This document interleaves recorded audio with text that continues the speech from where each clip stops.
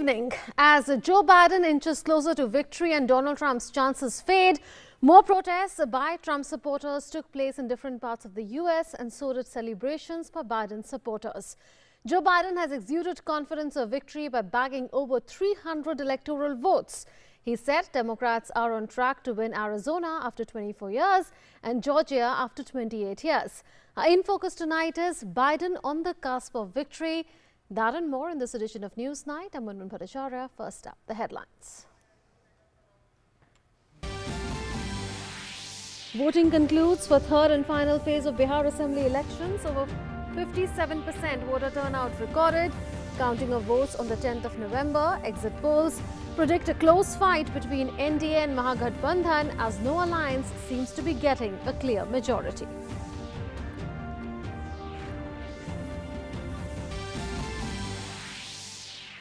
Prime Minister Narendra Modi gives a new mantra for the future. Addressing 51st annual convocation of IIT Delhi, PM says the country is committed to provide its youngsters ease of doing business, exhorts youth to work for ease of living of fellow countrymen.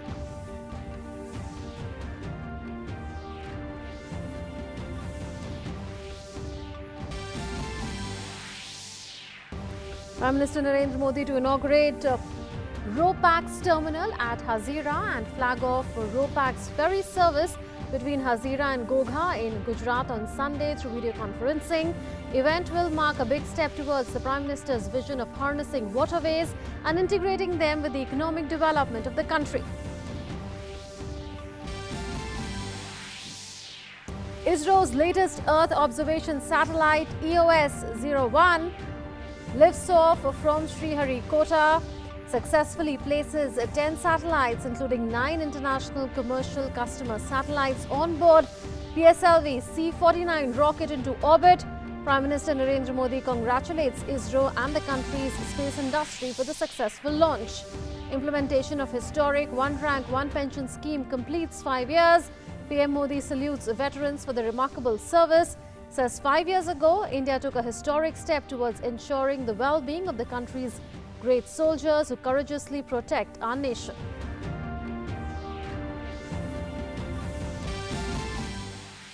Ministry of Youth Affairs and Sports approves 6 centres as Khelo India Centre of Excellence in Assam, Meghalaya, Daman and Diu, Madhya Pradesh, Maharashtra and Sikkim.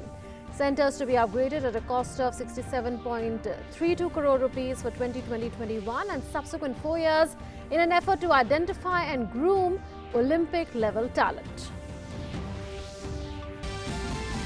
And DD News launches an initiative Namaste Digital in collaboration with Google to help small and medium-sized businesses grow.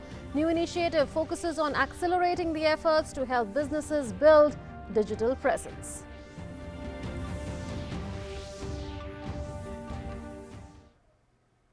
And now the top stories from the US presidential polls. Democrat Joe Biden nears victory in the US presidential polls as votes continue to be counted. Biden's lead grows in Georgia, Pennsylvania and Nevada.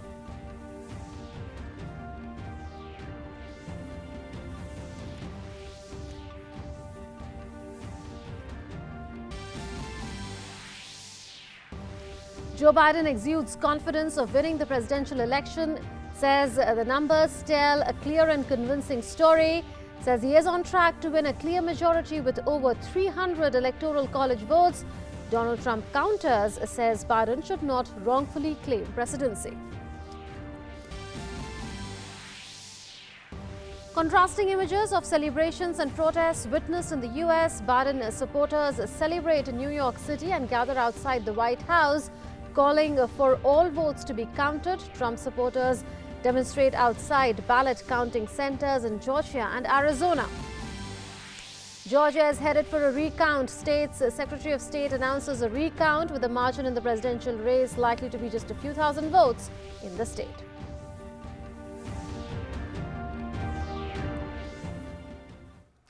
Our lead story, curtains came down on polling in Bihar on Saturday. 78 assembly constituencies went to polls in the third and final phase of polling in Bihar. In this phase, voter turnout surpassed 57% and fate of 12 ministers in the Nitish government, Assembly Speaker Vijay Chaudhary, RJD's Abdul Bari Siddiqui, Pappu Yadav of Jan Adhikar Party Loktantrik and Sharad Yadav's daughter Subhashini Raj Rao of Congress were decided in this phase.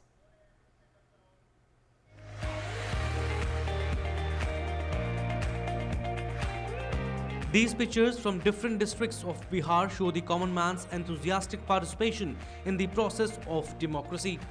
Despite coronavirus pandemic, the passion for voting was all to be seen at the booths. Brisk voting was reported in 78 constituencies in 15 districts including Tirhut, Simanchal, Mithilanchal, Kosi from 7 am to 6 pm on Saturday for the third and final phase of Bihar assembly polls. The last hour of voting was reserved for coronavirus patients.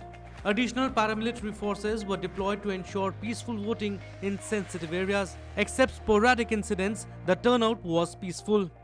In the month of March, when the pandemic started in India, and then we had a lot of apprehension, how will we hold our elections, how will we plan our elections.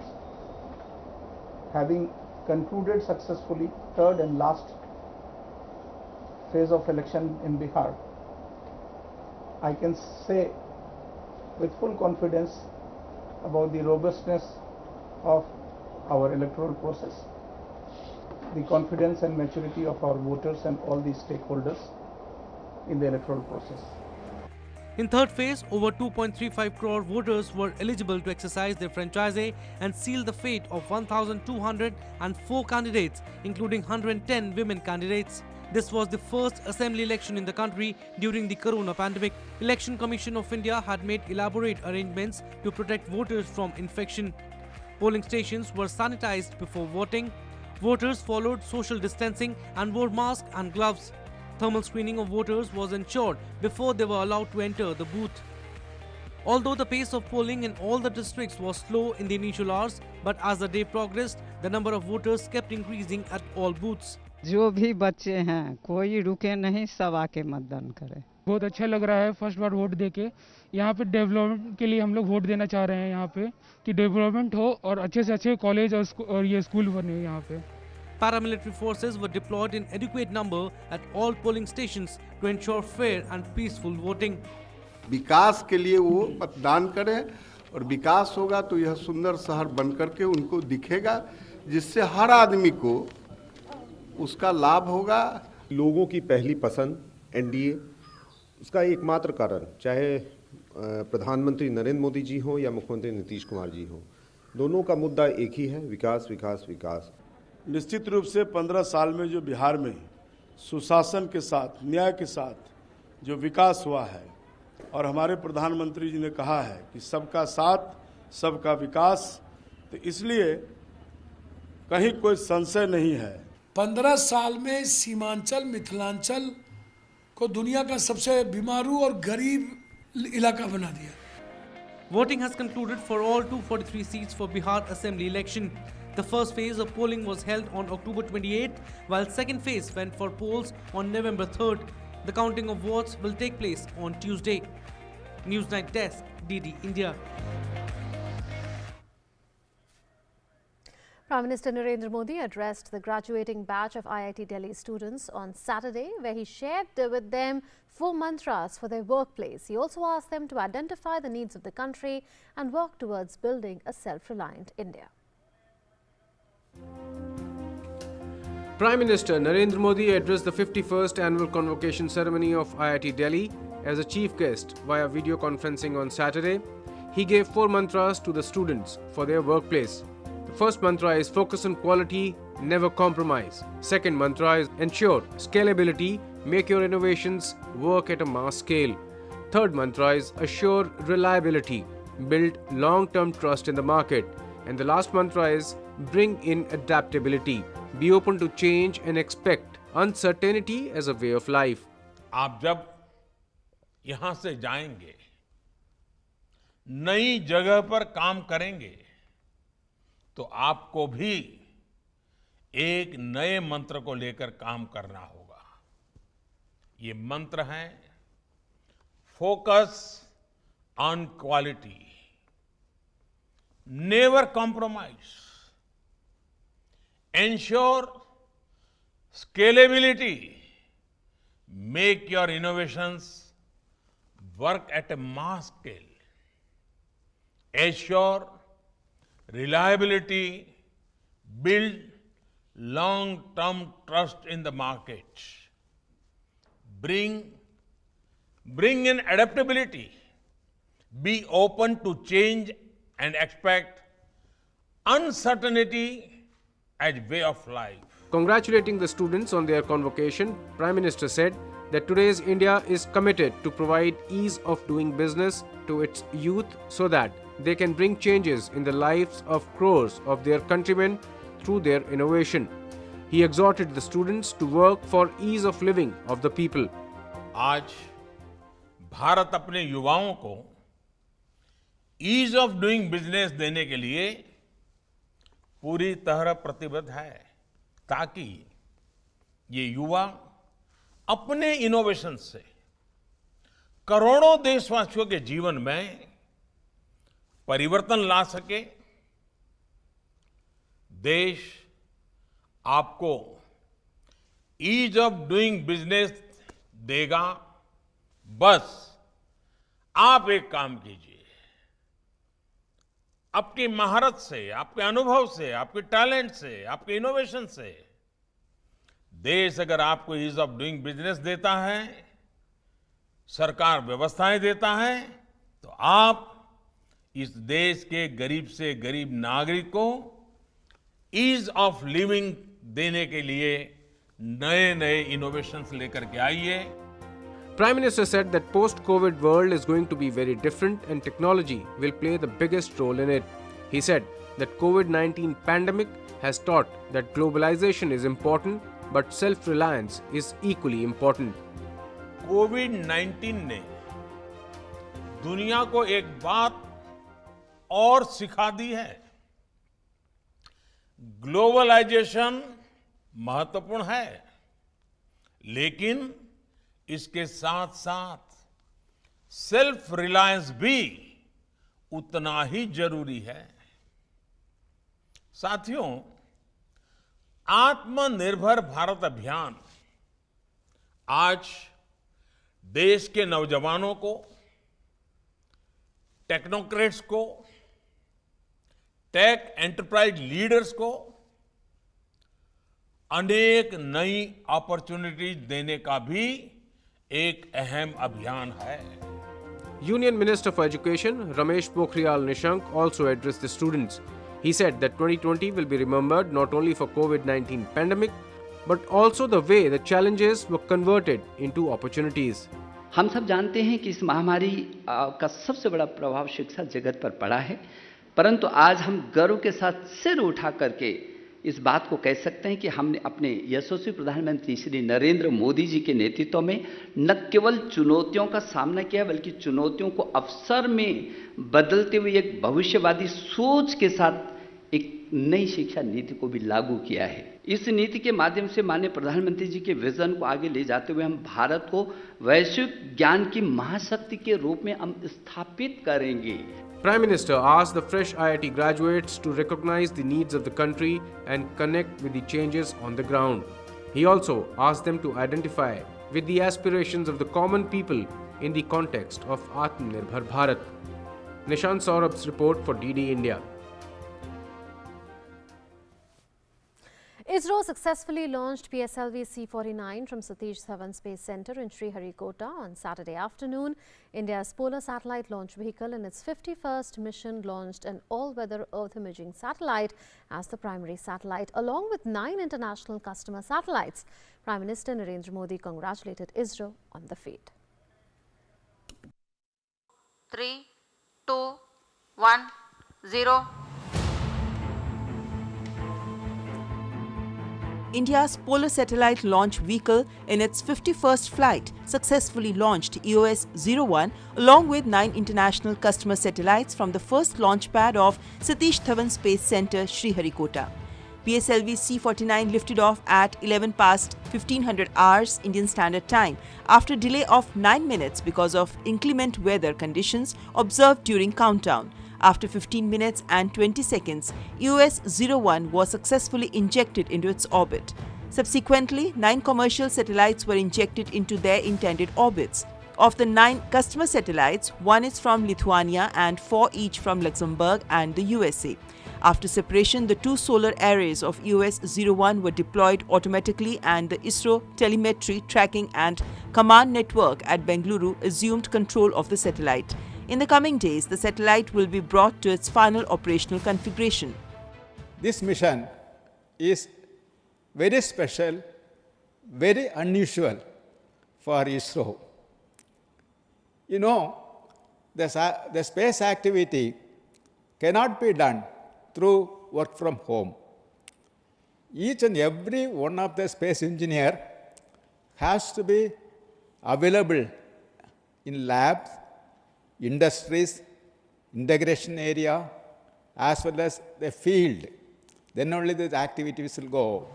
Prime Minister Narendra Modi extended heartiest congratulations to the ISRO team for yet another smooth launch. He tweeted, "I congratulate ISRO and India's space industry for the successful launch of PSLV C-49 EOS-01 mission today. In the time of COVID-19, our scientists overcame many constraints to meet the deadline." EOS-01 is an Earth observation satellite intended for applications in agriculture, forestry and disaster management support. It will work together with RISAT-2B and RISAT-2BR1 launched last year by ISRO. Newsnight Desk, DD India. And on India's fight against COVID-19 now, India's daily new recoveries have been exceeding the daily new cases since more than a month.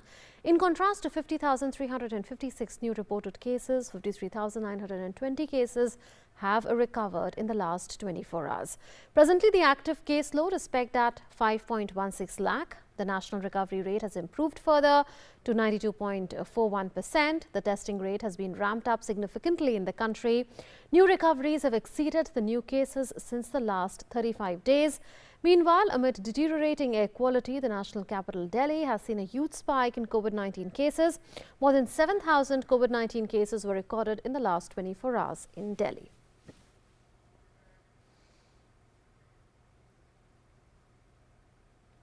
India's daily new recoveries have been exceeding the daily new cases since more than a month.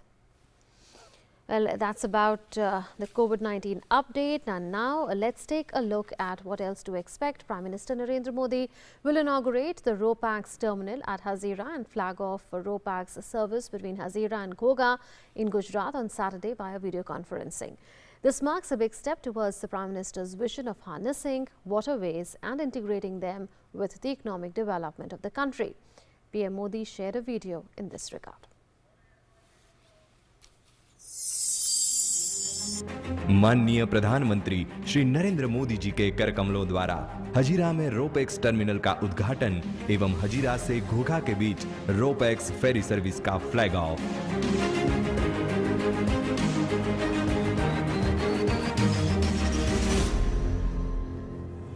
जल से है संस्कृति और संस्कृति से विकास।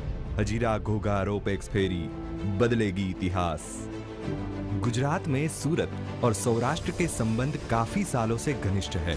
सौराष्ट्र के करीब 20 लाख लोगों ने अपने घर, जमीन, परिवार से दूर रहकर सूरत में अपनी व्यावसायिक प्रगति की खोज की है।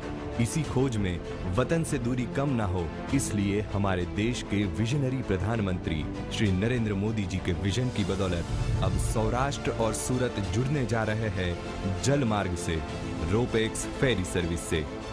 ऐसा प्रोजेक्ट है जो मेरे दिल को छुआ हुआ है।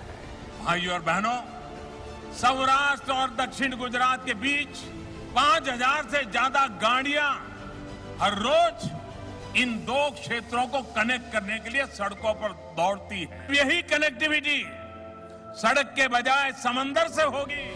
रोपैक्स यानी कि roll on roll of shipping, यह ऐसी शिपिंग फैसिलिटी है जो पहिए वाले वाहनों को जहाज के जरिए लाने ले जाने का कार्य करती है। सूरत का हजीरा बंदर और सौराष्ट्र का घोघा बंदर अब जुड़ेगा रोपैक्स फेरी सर्विस से, जिससे 370 किलोमीटर और 10 से 12 घंटे का सफर अब आपके अपने व्हीकल से ही तय होगा सिर्फ 4 घंटों में। सूरत और सौराष्ट्र के बीच एक साल में अंदाजन 18 लाख से ज्यादा बस और ट्रक का आवागमन होता है और अब रोपेक्स फेरी के आ जाने से प्रति वर्ष तकरीबन 5 lakh passengers, 80,000 passenger vehicles, 50,000 two wheelers और 30,000 ट्रक का आवागमन हो पाएगा और प्रतिदिन 3 ट्रिप के जरिए देश का करीब 33 लाख लीटर तक फ्यूल बच पाएगा। और इसी के साथ इस फेरी सर्विस से सौराष्ट्र के समुद्री तट के व्यापार उद्योग जैसे कि री रोलिंग मिल, सीमेंट उद्योग, लौह उद्योग, शिप रिसाइकलिंग एवं फूड प्रोसेसिंग जैसे व्यापार के रो और फिनिश्ड मार्केट का लॉजिस्टिक खर्च कम होगा, जिसके कारण व्यापार को मिलेगी एक नई उड़ान। दोनों क्षेत्रों का अंतर घटेगा और विकास बढ़ेगा। सौराष्ट्र के समुद्र तट के व्यवसाय का लाभ मिलेगा सूरत को और सूरत एवं मुंबई जैसे महानगर जुड़ेंगे सौराष्ट्र से, जिससे बढ़ेंगे रोजगार के नए अवसर। सूरत में स्थित सौराष्ट्र के लोगों की दुआएं देगी एक नए भारत को आकार। आ सुरती लाला ने छोकराओनो जन्मदिवस मनावो होय तो हवे आ फेरी सर्विसो बुक करावीने जन्मदिवस पण त्या समुद्रनी वच्चे जईने उजवी शकाय। सूरत और सौराष्ट्र को जोड़ता यह मिलन सागर से पहियों का है। यह मिलन राष्ट्र विकास की साक्षी ऐसी आने वाली सदियों का है।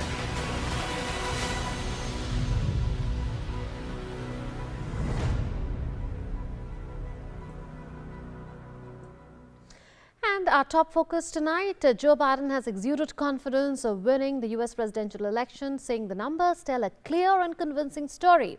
But Donald Trump says Biden should not wrongfully claim presidency. Amid these assertions, US saw contrasting images of celebrations by Biden supporters and protests by Trump supporters. Trump team is hoping legal challenges would turn the tide in their favor, but Team Biden is reasonably sure of being in striking distance of presidency.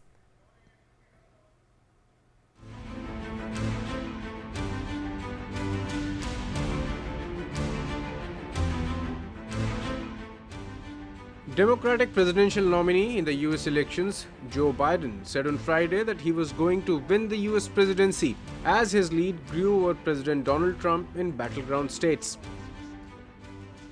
We don't have a final declaration of victory yet, but the numbers tell us it's clear. Tell us a clear and convincing story. We're going to win this race. Just look at what has happened since yesterday. 24 hours. We were behind in Georgia. Now we're ahead, and we're going to win that state. 24 hours ago, we were behind in Pennsylvania, and we are going to win Pennsylvania. Biden's speech was originally planned as a victory celebration, but he changed his approach in the absence of an official call from television networks and other election forecasters. Still, it amounted to a blunt challenge to Trump, who kept out of the view in the White House on Friday as Biden's lead grew in 4 states that will decide the ultimate outcome: Pennsylvania, Georgia, Arizona, and Nevada. Biden said Americans had given him a mandate to tackle the coronavirus pandemic, the struggling economy, climate change, and systemic racism.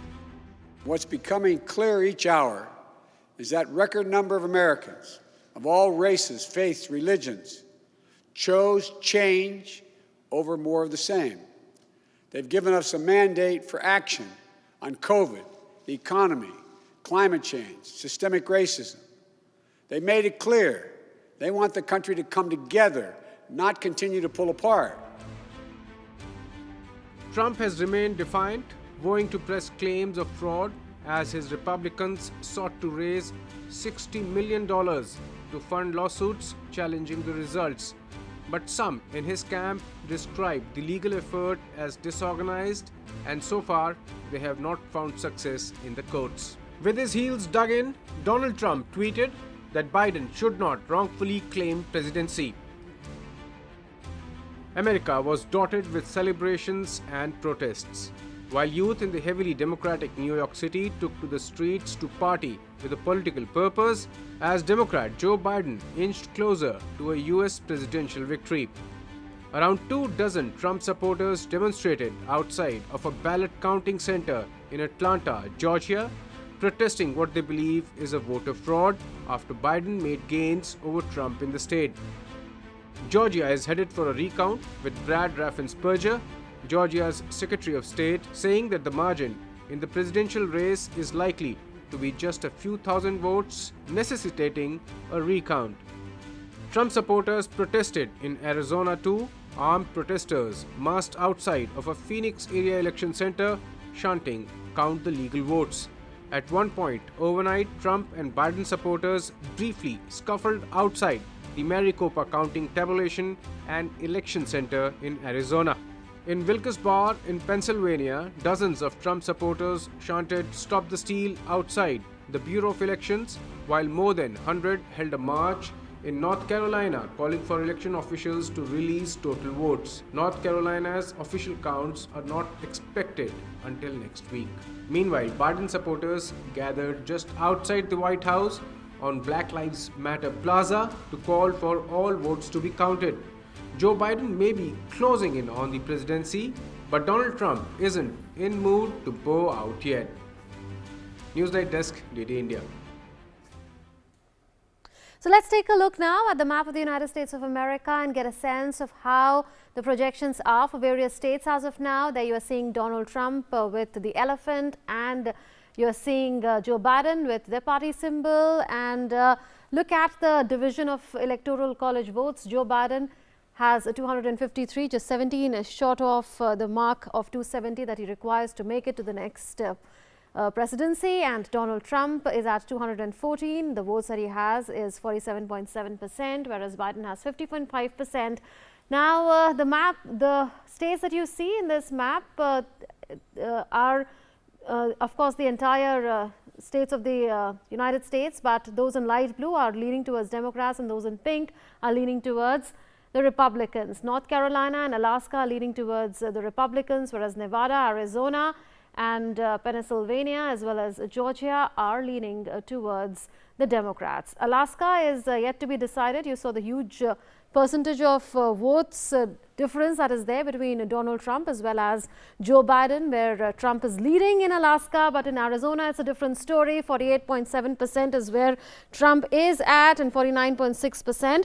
So Biden is comfortably ahead of Donald Trump in Arizona. In Georgia, if you take a look, Biden is leading at 49.4% of the popular votes, whereas Trump is at 49.3%. If you look at Nevada, again Biden is leading with 49.8% of the votes, and Trump has a 48% votes, so Trump is trailing in Nevada as well. So in the out of 6 undecided states, in 4 states Trump is trailing and Biden is leading.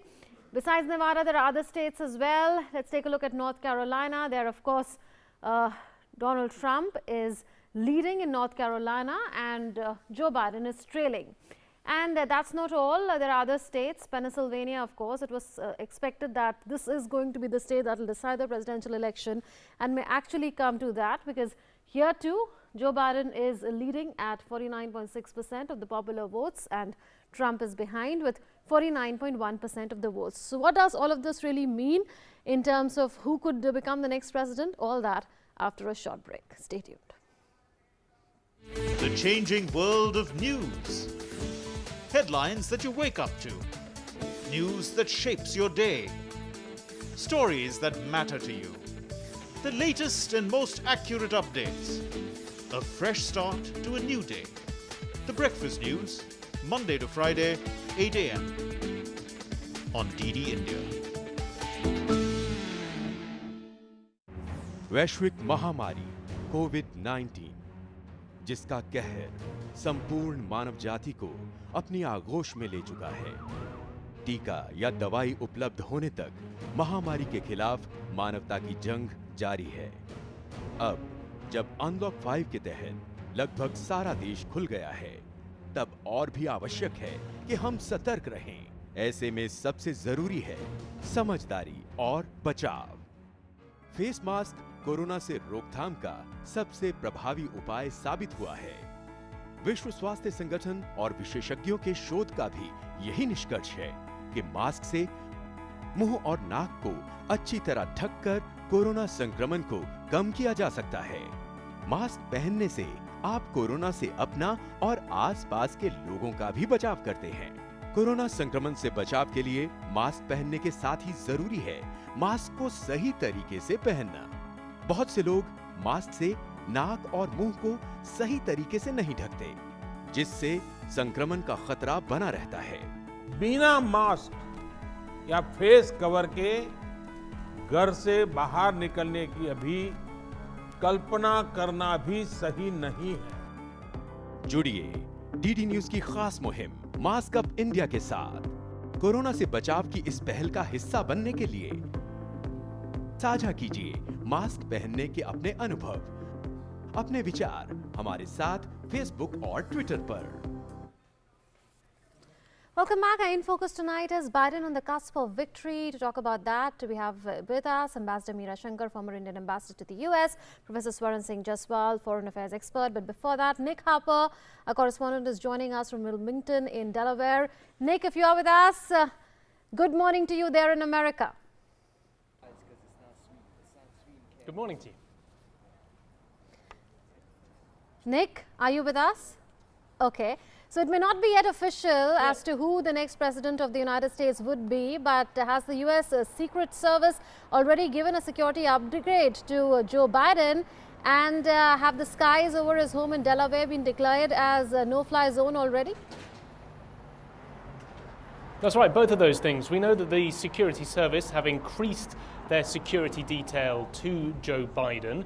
They haven't increased it to the levels that we would see when he is declared the winner and therefore becomes president-elect, but we do know that they have been adding to his detail. Also that fly zone, no-fly zone as well. I mean, I think it's becoming clear that Joe Biden is clearly on track to become the next president of the United States. We may get that decisive announcement later on today, but we have been waiting for several days. Election day was Tuesday, we're now on Saturday. It is taking a very long time, and I think part of that is simply because there is a lot of caution when it comes to calling those different states. Caution from the US networks to project Joe Biden as the winner, but also caution in the vote counting centers. He is very much on the cusp of the presidency. We just haven't got those definitive results just yet. Also, Biden says that he's on track to win over 300 electoral college votes. You are saying that he's a sure shot winner in this election, and soon the election would be called. But do you think he'll reach there? What's your assessment of the electoral votes that he could finally bag? Also, has the decision to go in for a recount in Georgia brought any uncertainty to the Biden camp? So just on the electoral college votes, if we put him at 253 at the moment, those four states still very much in play and leaning in his favor: Pennsylvania, Georgia, Arizona, Nevada. He leads in Pennsylvania by about 28,000 votes with 96% of the vote counted. Georgia up by about 7,000 votes, 99% of the vote counted. Arizona 30,000 votes ahead, and Nevada 22,000 votes ahead. And the expectation is that the votes that remain to be counted will overwhelmingly go in his favor. They come from largely Democratic areas. They're mail-in ballots. For example, in one area of Pennsylvania, the votes that have been counted over the last day or so have 80% been going towards Joe Biden. So if he wins all four of those, it would take him well and truly over the top, over that 270 electoral college threshold, up to in the region of the low 300s, very similar to what we saw from President Trump 4 years ago. On Georgia, it is incredibly tight. There is just a 0.1% margin separating Joe Biden from Donald Trump. Less than 0.5%, and a recount is triggered. The Secretary of State of Georgia said yesterday that that was going to be happen. We haven't had any confirmation from the Biden camp, but Joe Biden did say in his remarks to the press late last night that he was going to win Georgia, pointing out that he would be the first Democrat to take the state in 28 years since Bill Clinton.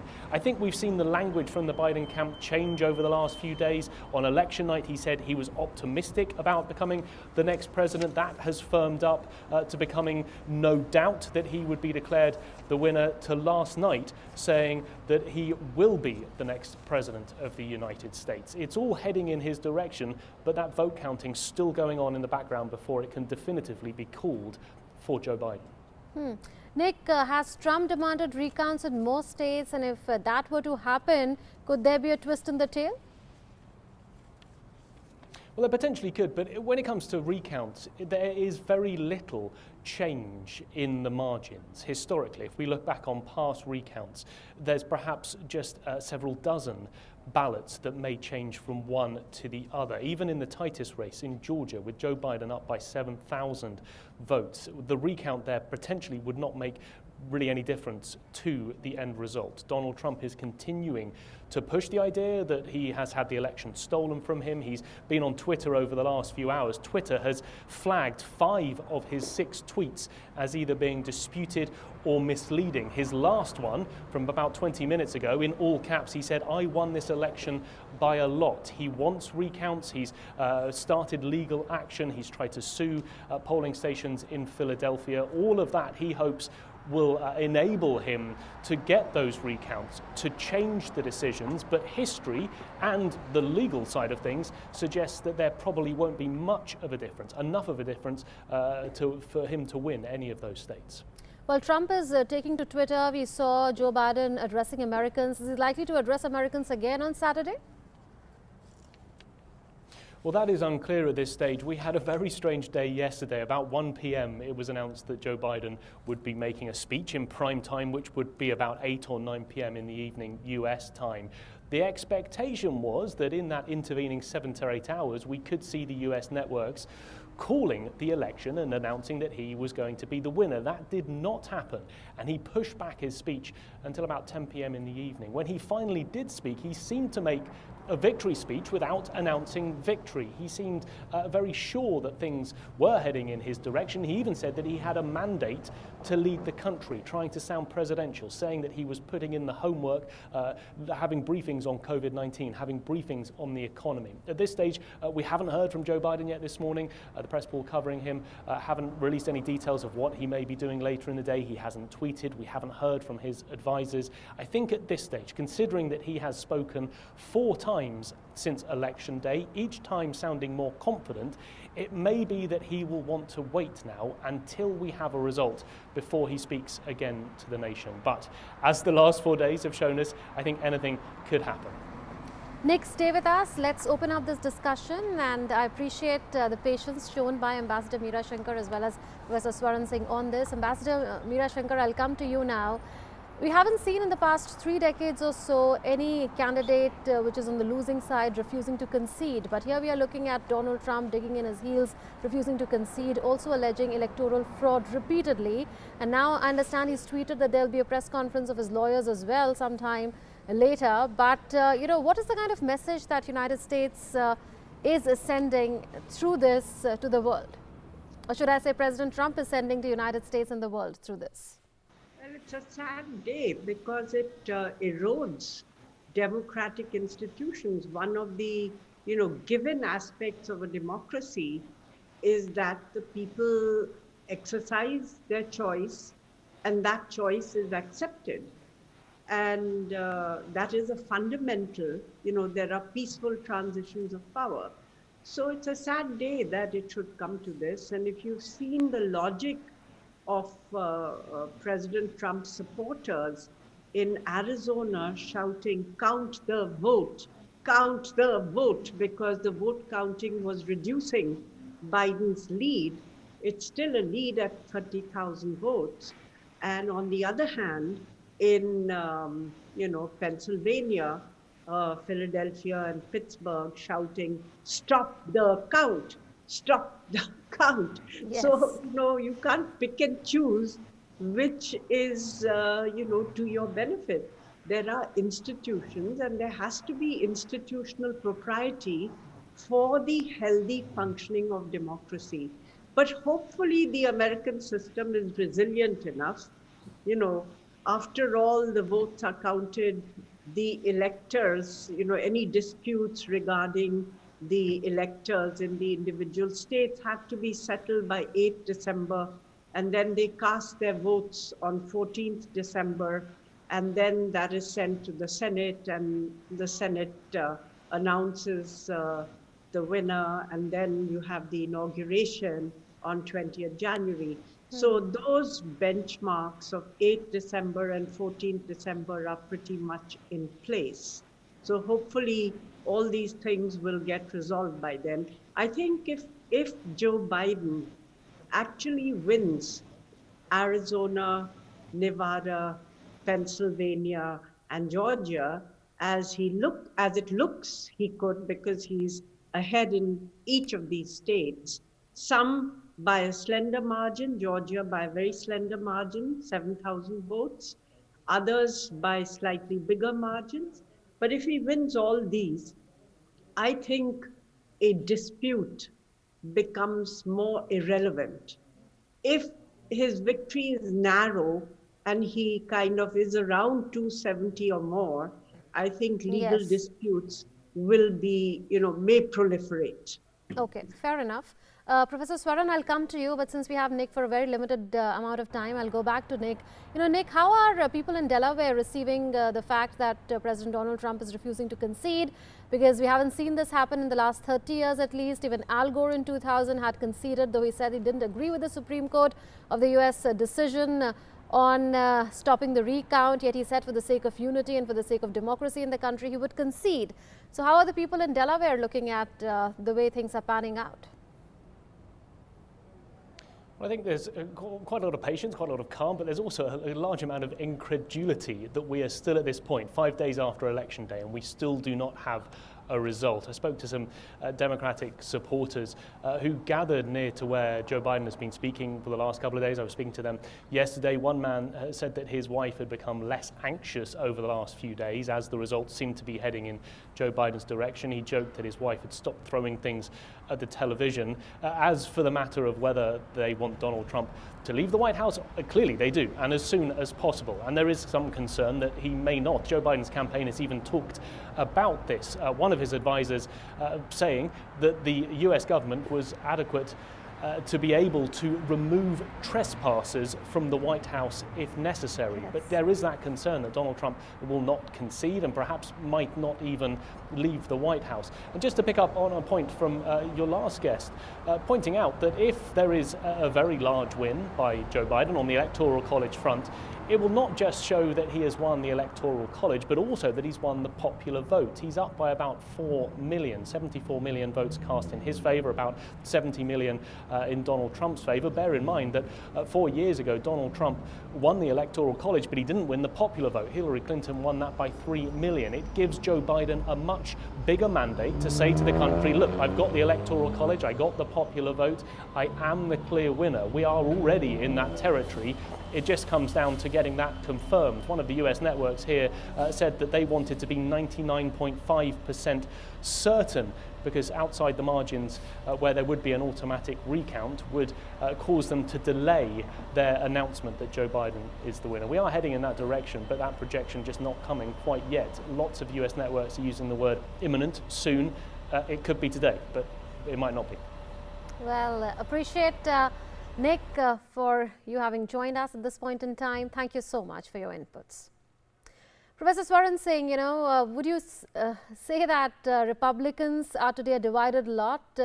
Is the GOP really divided on the way Donald Trump is fighting this out, not conceding, pressing ahead with lawsuits? In fact, the entire 4 years of President Donald Trump have been a unique in American history. So I think when we say that he is not conceding the reality, or he may continue to dispute elections, that's part of a kind of unusual President Trump that we have seen in the last 4 years. So that is something within anticipation of what could have happened, because for him this was only two choices. Either the elections were fraud or he was victorious. And that was visible in all his speeches throughout. I think what is interesting here for me is how there is a substantive increase in the voting. And that, I think, is a strengthening of democratic tradition, institution, building of democracy in America. And the fact that in 250 years, roughly, history of the democratic politics in United States, there has been enormous emphasis in ingraining the civic duty, the sense of civic duty of voting and having a participation in decision making, in the government making. And that has been strengthened by the fact that large number of people have come out to vote. And I also want to underline how different states have actually facilitated that, not only about 1 million votes through the mail, but also several states extending the timeline for receiving ballots. And that is why, partly also because of COVID-19, the delay was to happen, social distancing was to happen, and same is impacting the counting also. So the question why counting is taking more than 4 days is also understandable.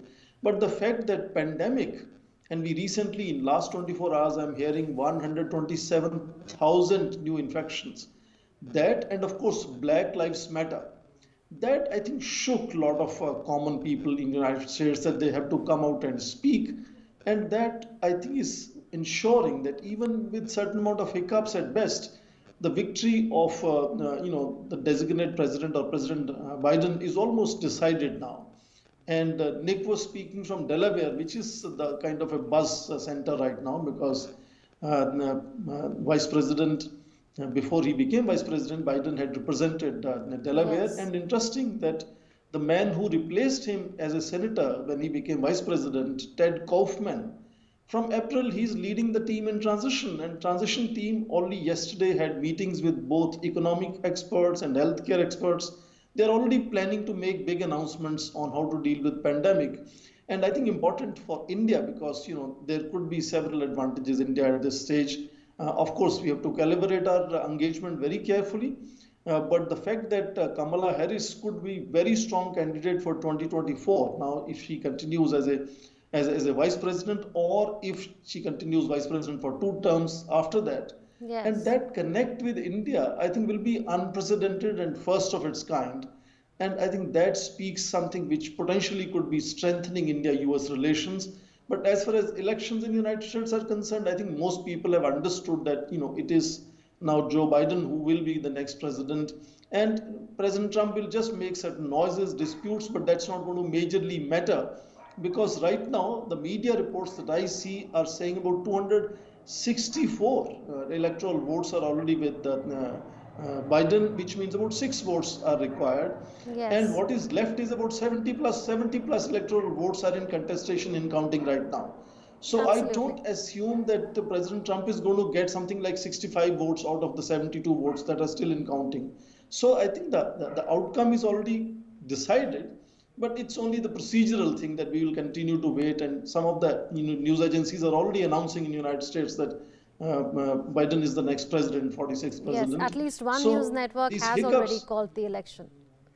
Yes, absolutely. Ambassador Meera Shankar, we are seeing protests day in and day out. We've seen it for around 2-3 days now in different parts of the United States, that there are Trump supporters who are protesting and there are Biden supporters who were earlier protesting that the counting shouldn't stop, and sometimes we see them celebrate as well. What does this signal? Does this signal a deeply polarized country, or are we reading a bit too much into this? In a deeply polarized country politically, but this is also a reflection of competitive democratic politics, where both candidates have put forward very different approaches, very different visions of the world, and the American people have had to choose between them. And there are strong feelings on both sides. But Biden has made it clear that he will be the president of all Americans, those who voted for him and those who didn't vote for him. And he will try to heal the divide. I don't know if he succeeds, but he is a centrist. And in his long years as a leader in the Senate, he has shown the capacity to build consensus with the opposite side, bringing together centrists from the Democratic Party and the Republican Party. There's talk that he might include some Republican members in his cabinet. Obama had also done so.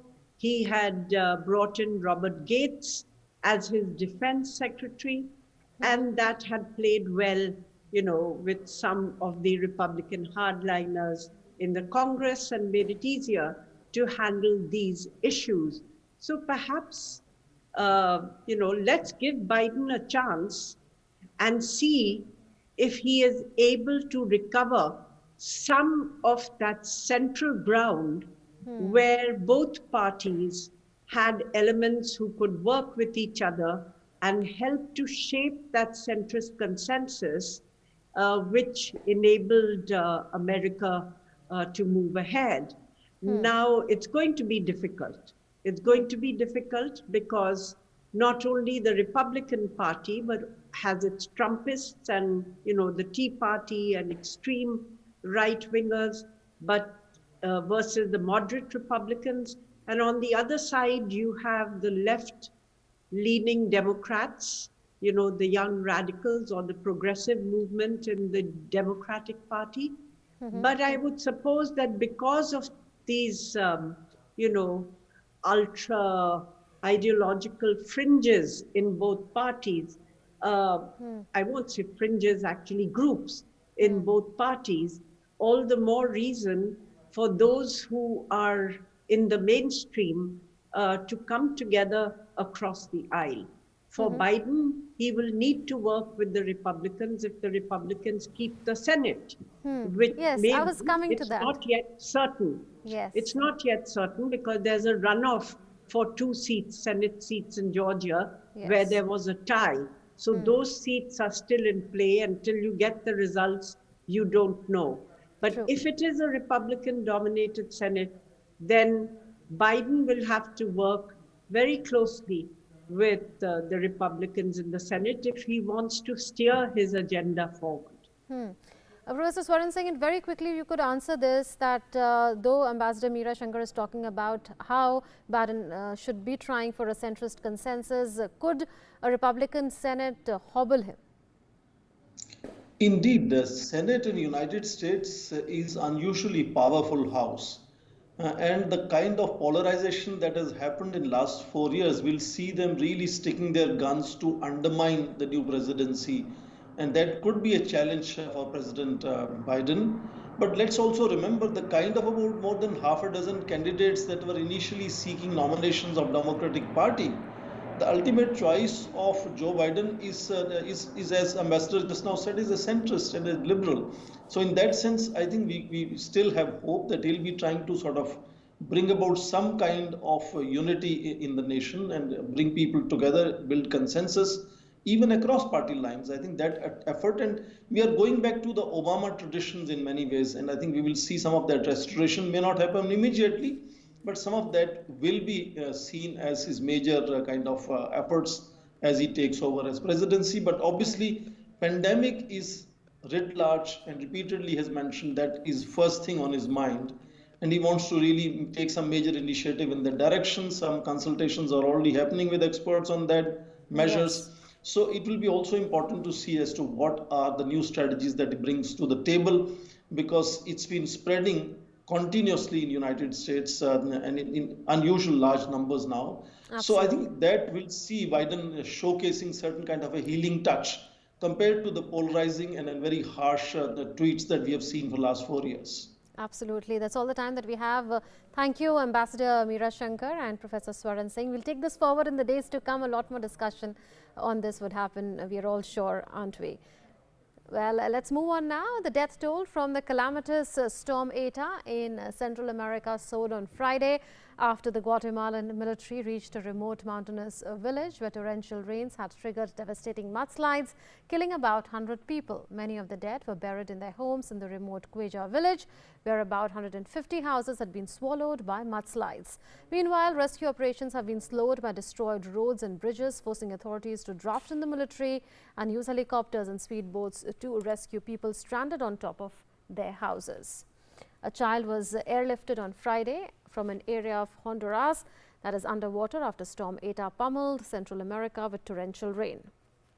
The death toll in the region from Eta has topped 100 and is expected to rise further. British police arrested 104 people on Thursday for breach of coronavirus regulations after anti-lockdown protesters gathered in central London. Prime Minister Boris Johnson ordered England back into a national lockdown from Thursday morning after the UK passed the milestone of 1 million COVID-19 cases and a second wave of infections threatened to overwhelm the health service.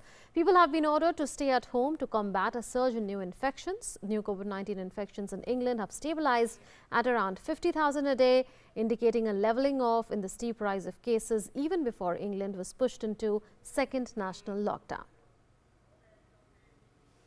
Thousands of passengers set sail from Singapore on Friday on a cruise to nowhere aboard the World Dreamliner for the first expedition since cruises were halted worldwide in March after travel restrictions kicked in and several vessels were hit by major outbreaks of the coronavirus. The cruise, although allowed to operate, was quite different from the pre-pandemic times.